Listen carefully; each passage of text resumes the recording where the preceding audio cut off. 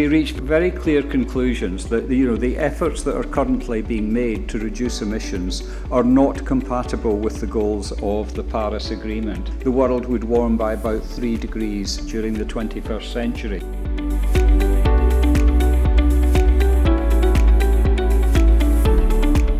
The Indian government is taking leadership position. We have demonstrated that renewable energy can be achieved at 3 cents, which I suppose no other country is able to achieve. Not only internationally, but also domestically, so that businesses want to see a strong NDC with strong commitments, so specific sectoral targets. It all helps to increase their confidence to invest by showing that there is a longer-term commitment by the governments.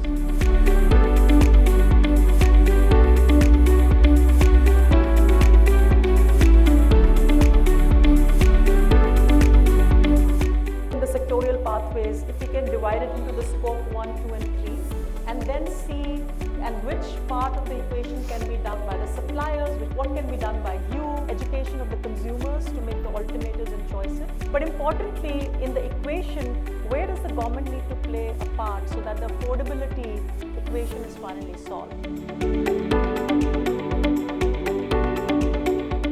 Net zero targets at 2070. In ONGC, we have kept it the scope 2 target at 2038, and with the net zero scope 1 being at 2030. And the commitment in terms of funding towards achieving these goals is of around 2 lakh crore rupees, which is about 27 billion US dollars in the next 10 years. We've identified close to 40 commercial scale clean industrial projects in heavy emitting industry and transport sectors in India alone, which is really encouraging. Globally, only 1 in 6 workers has listed 1 or more green skills. People with green skills are getting jobs at a 50% higher rate than people without green skills.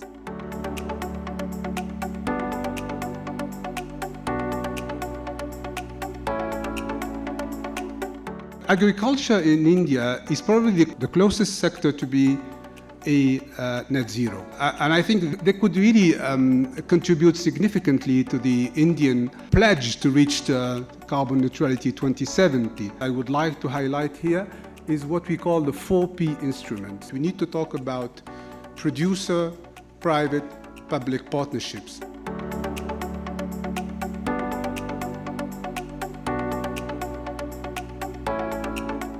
We need funding of at least between 7 to 12 trillion for the next few decades to ensure that we meet our net zero commitment. However, the investments what we see in the industry is lower than what is actually relevant or needed to do this transition. An average of anywhere between 150 to 200 billion is what is required. The finance will flow if the business case is there. Mandates are a very powerful way of creating the demand that then underpins the business case. Once you have a business case, then obviously countries with high interest rates still need blended finance mechanisms to bring interest rates down. It may not be possible for one industry to develop technologies. Outreach is important to us. The TERI Council for Business Sustainability is a strong instrument through which we not just reach out to industries, but we also hear from the industries about the challenges.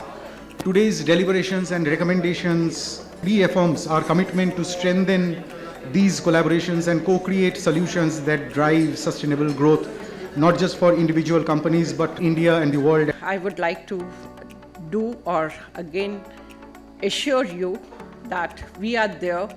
We want to work with all of you, and we'll try our level best along with other partners to develop technologies. In true letter and spirit to the theme of the CEO Forum 2025, partnerships for accelerating sustainable development and climate change, I am proud that our work is accelerating through an array of partnerships.